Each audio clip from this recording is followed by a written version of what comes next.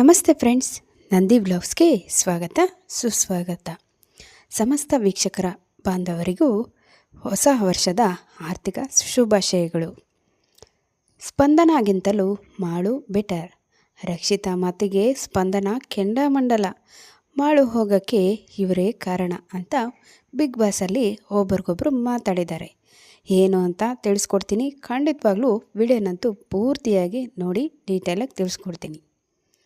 Big boss ಮನೆಯಿಂದ Malu ನಿಪ್ಪನಾಳ್ eliminate ಆಗಿದ್ದಾರೆ. After effect ಅನ್ನುವ ಹಾಗೆ ಮಾಳು ವಿಚಾರವಾಗಿ ರಕ್ಷಿತಾ ಶೆಟ್ಟಿ ಹಾಗೂ ಸ್ಪಂದನ ಜಗಳಾಡಿದ್ದಾರೆ.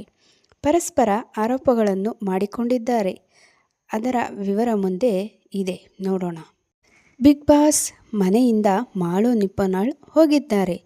ಆಫ್ಟರ್ ಎಫೆಕ್ಟ್ ಅನ್ನುವ ಹಾಗೆ ಮನೆಯಲ್ಲಿ ಜಗಳ ಶುರುವಾಗಿವೆ. ರಕ್ಷಿತಾ ಶೆಟ್ಟಿ ಹಾಗೂ ಸ್ಪಂದನ ಜಗಳ ಆಡಿದ್ದಾರೆ. ಮಾಳು ವಿಚಾರದಲ್ಲಿಯೇ ರಕ್ಷಿತಾ ತಮ್ಮ ಅಭಿಪ್ರಾಯವನ್ನು ಖಡಕ್ಕಾಗಿಯೇ ಹೇಳಿದ್ದಾರೆ.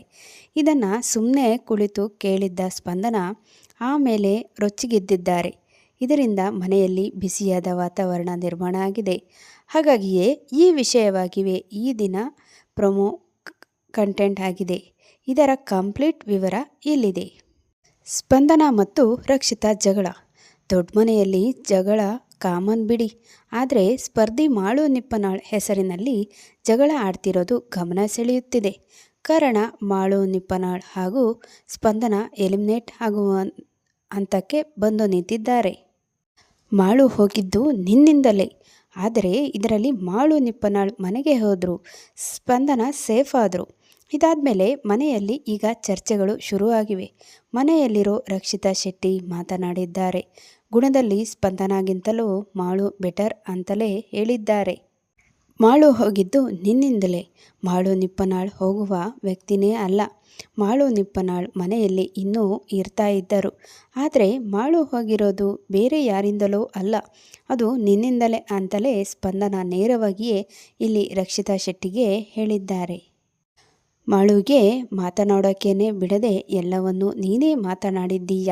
ನಿನ್ನ ಮಾತುಗಳಿಂದಲೇ ಮಾಳು ನಿಪ್ಪನಾಳ್ ಮನೆಗೆ ಹೋಗಿದ್ದಾರೆ ಅಂತಲೇ ಸ್ಪಂದನ ಇಲ್ಲಿ ರಕ್ಷಿತಾ ವಿರುದ್ಧ ದೂರಿದ್ದಾರೆ. ಸ್ಪಂದನ ಮತ್ತು ರಕ್ಷಿತಾ ಜಗಳ. ಕಳೆದ ವಾರ ಶಾಕಿಂಗ್ ಎಲಿಮಿನೇಷನ್. ದೊಡ್ಡ ಮನೆಯಿಂದ ಕಳೆದ ವಾರ ಒಬ್ಬರಲ್ಲ ಇಬ್ಬರು ಸ್ಪರ್ಧಿಗಳು ಎಲಿಮಿನೇಟ್ ಆಗಿದ್ದಾರೆ.